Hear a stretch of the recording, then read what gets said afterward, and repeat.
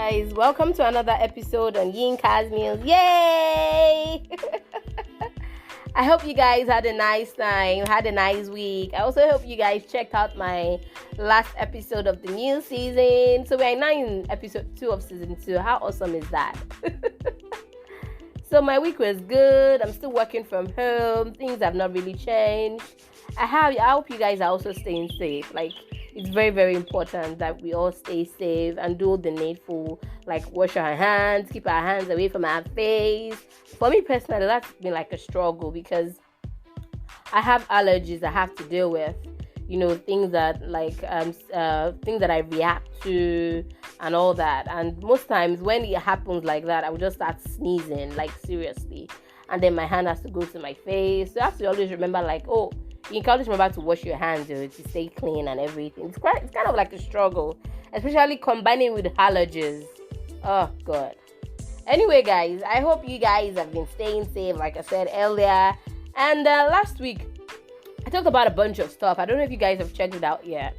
If you haven't, do check it out. I also did a visual, so you can also check me out on YouTube, subscribe, listen. I really, really want to hear from you guys when you do listen, So send me a comment. Leave me a comment rather on YouTube when you listen via Anchor or Spotify or Apple or Google Podcasts or wherever you listen to podcasts and you listen to me. Do let me know your thoughts.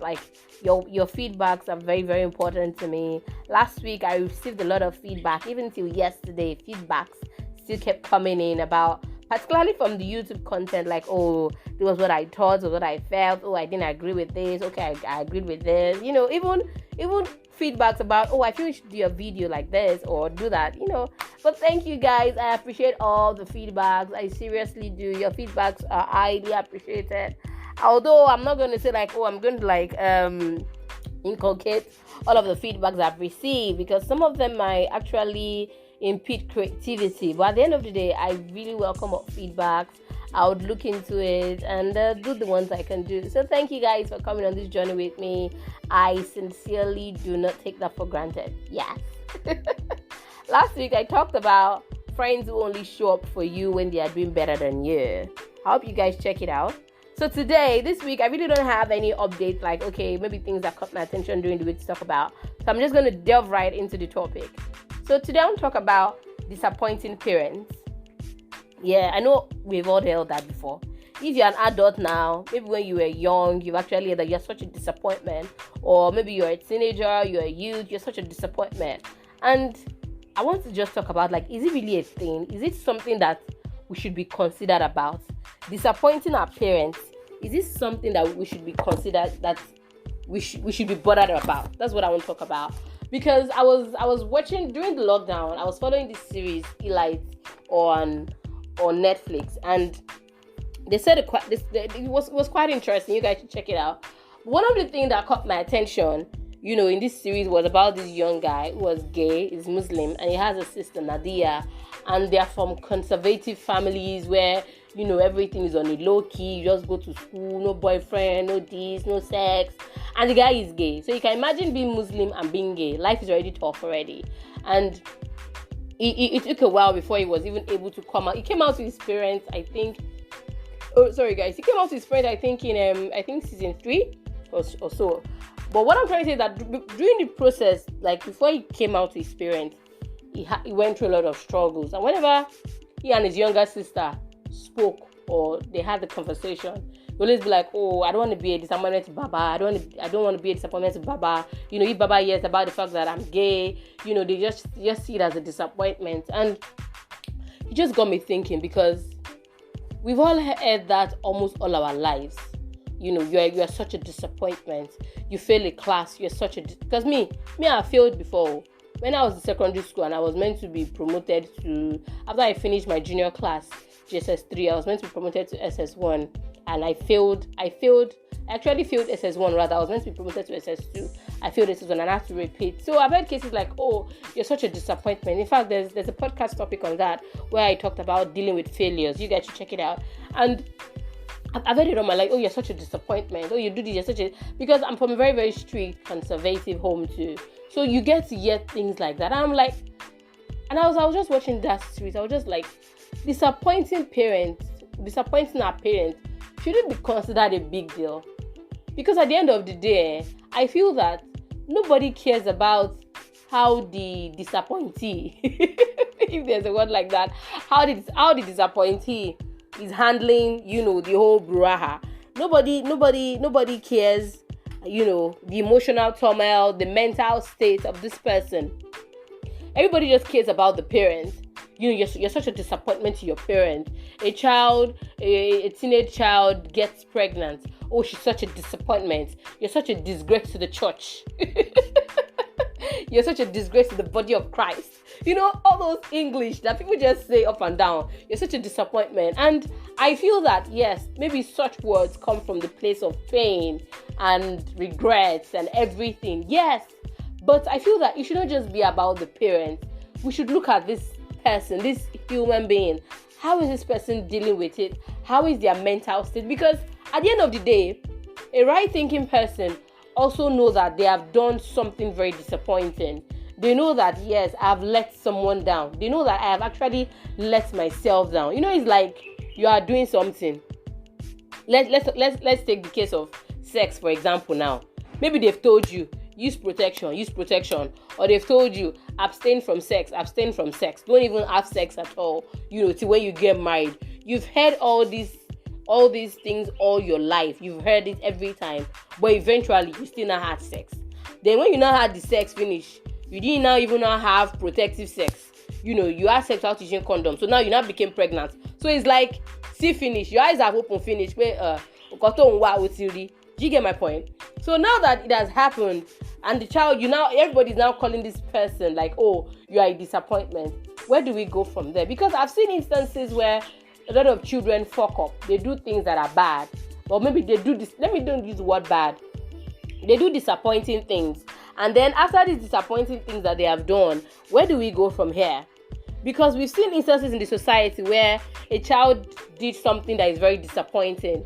And then after the disappointment, the child is left to sort it out by himself. I don't know if you guys have witnessed it before. Sometimes a child is disowned because maybe the disappointment might be so much that the parents cannot handle it. So they have to be like, oh, I disown you. They send you out of the house. They do this, they do that. And I feel that sometimes some parents can actually reach their breaking point. But at the end of the day, these people, they need support. They need support. I was telling my mom the other day that the fact that you don't believe in something does not mean that it is not right. Do you get my point? And there are a lot of instances that we can talk about disappointing. Let's look at the case of Samuel Posu. Samuel Posu says when he wanted to start music, when he wanted to go into full-time music or do music at all, his parents saw him as a disappointment and they disowned him, they sent him out of the house. Thank God for people like Pastor Paul Adefarasin, who took him in, who nurtured him and everything, and he finally became who he is today. But the fact that at the beginning of that time, his parents actually saw him as a disappointment. That, oh, after all the money I've spent on you, and we've heard instances like that. We know people in our lives who have gone through these things. They go to school probably to study engineering, to study medicine, to study this, and then they come and I'm like, oh, I don't want to do this anymore. I now want to do this.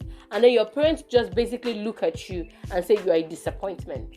Because for whatever reason, they had hopes, they had desires, they had aspirations of what they wanted you to achieve or what they wanted, and for some reason you just got to a point in your life and like, I don't want to do that anymore. This is what I want to do. And then your parents look at you and be like, oh, you're such a disappointment.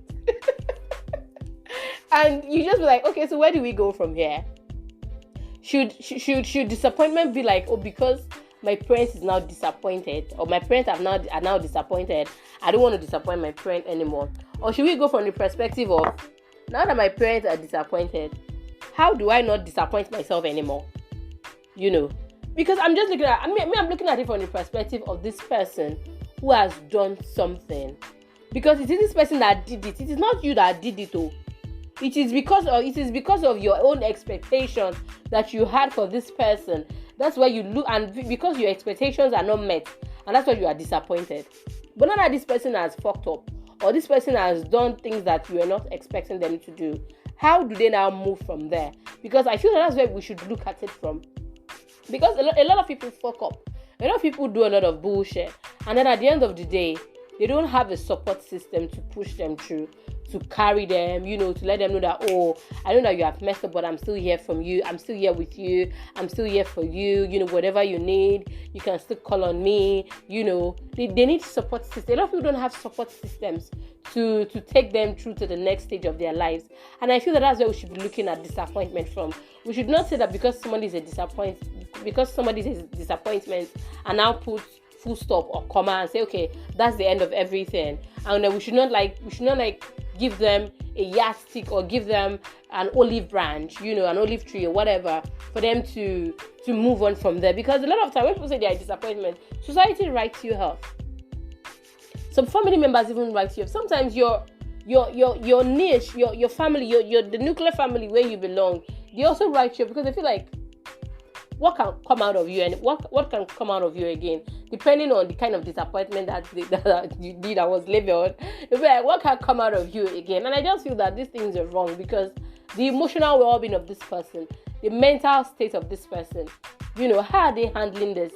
Especially when they feel that, okay, I did this, now the whole world is against me, is da. And before some people can even go and it can lead to suicide, it can lead to depression, it can lead to a whole lot of things that you just be like, because you just feel, how do I go from here? What do I do next? The people that I'm relying on, the people that I'm counting on to help me with this, they are not here to help me. And then it can just lead to a whole kind of turmoil. Anyway, so should disappointing our parents be considered a thing? Or should we just live life for ourselves? I understand the fact that, okay, when we are growing, when we are young teenagers, you don't want to disappoint your parents. But as you begin to grow into full adults, where you have functioning thinking capacities, should we still carry this burden with us that, oh, I don't want to disappoint my parents? Or should we just live life for ourselves? Should we just get to the point where we can conveniently live life for ourselves and not for the fact that I don't want to disappoint my parents, but we should get to the place where we can conveniently say, I don't want to disappoint me. I don't want to disappoint myself because I also have expectations for myself and I don't want to disappoint myself. I also feel that we should just be able to cut ourselves slack. Parents should be able to cut their children slack. Okay, yes, okay, it has happened. Let us move on. How can we do better? Because at the end of the day, it's two wrongs don't make it right. How can we do better? How can we progress from where we are? How can we do much more than we have done before? And I feel that those are the questions that we should be asking ourselves this time around, and not just, focusing the blame on somebody and letting it feel as if he has done something terrible, or killed someone. Anyway, guys, I would really like to hear from you. How have you guys handled disappointing your parents before in the past?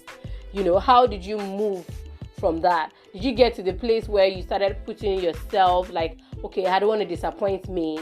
How did you take care of your mental health? How did you take care of your emotional state of health? Because personally, I know from personal experiences that, when it comes to handling disappointment, it can affect your mental being, it can affect your emotional well-being, it can affect your self-esteem, because you might begin to look down on yourself. You might feel that you don't have value, you might feel that you are worthless because of whatever it is that might have happened.